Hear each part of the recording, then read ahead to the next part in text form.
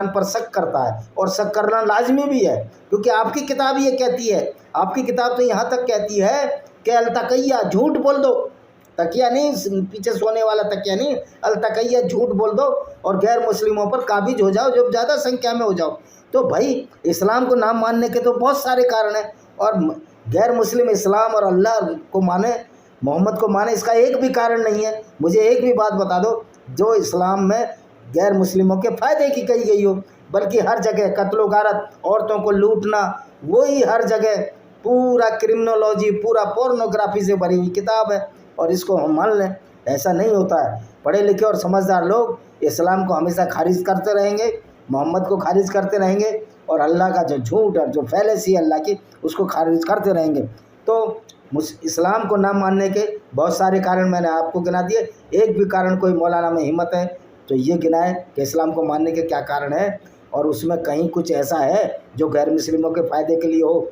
Challenge देता हूँ, एक भी आयत ऐसी नहीं है जो इंसानियत के लिए, कुरान में पूरी इंसानियत के लिए क्यों, सिर्फ इस्लाम ने एक मुसलमानों का गिरोह बनाया है जो लूटपाट करे, गैर मुस्लिमों को कत्ल करे, उनकी औरतों के साथ बलात्कार करे। पूरी हिस्ट्री पढ़ लो, भारत की पढ़ लो, यहूदियों की पढ़ लो, स्पेन की कर लो। इन्होंने सारे लोगों ने जो इस्लाम को मानने वाले हैं इसी तरह के गुल खिलाए। 4-4 बीबियाँ रखना, मोहम्मद की 13 शादियाँ, 5 साल की 6 साल की लड़की से शादी करना, तो 9 साल की उम्र में उसके साथ इंटरकोर्स करना।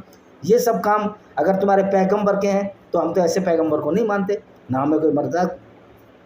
और इसके लिए संघर्ष होगा निश्चित तौर पर। तीसरा विश्व युद्ध होगा तो मुसलमान और गैर मुसलमानों के बीच में होगा, क्योंकि अगर ये पागलपन इनका नहीं जाएगा जो कुरान में और जो उनके विश्वास में लिखा है, तो निश्चित तौर पर गैर मुस्लिम भी कब तक झूठे अल्लाह से डरते रहेंगे, ऐसे पैगंबर से डरते रहेंगे जो क्रूर, हत्यारा और अत्याचारी था।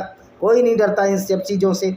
तो जब, और ये हिंदुओं को मैं कहना चाहता हूँ कि बड़ी सहिष्णुता, दया दिखाने का काम उन लोगों के साथ होता है जो दयालु हों। आप क्या गुंडे, बदमाश और बलात्कारियों के साथ दया दिखाओगे? अगर कोई इस्लामिक आतंकवादी आपको कत्ल कर रहा है, आपकी औरत के साथ बलात्कार कर रहा है, तो आप हाथ खड़े कर दोगे?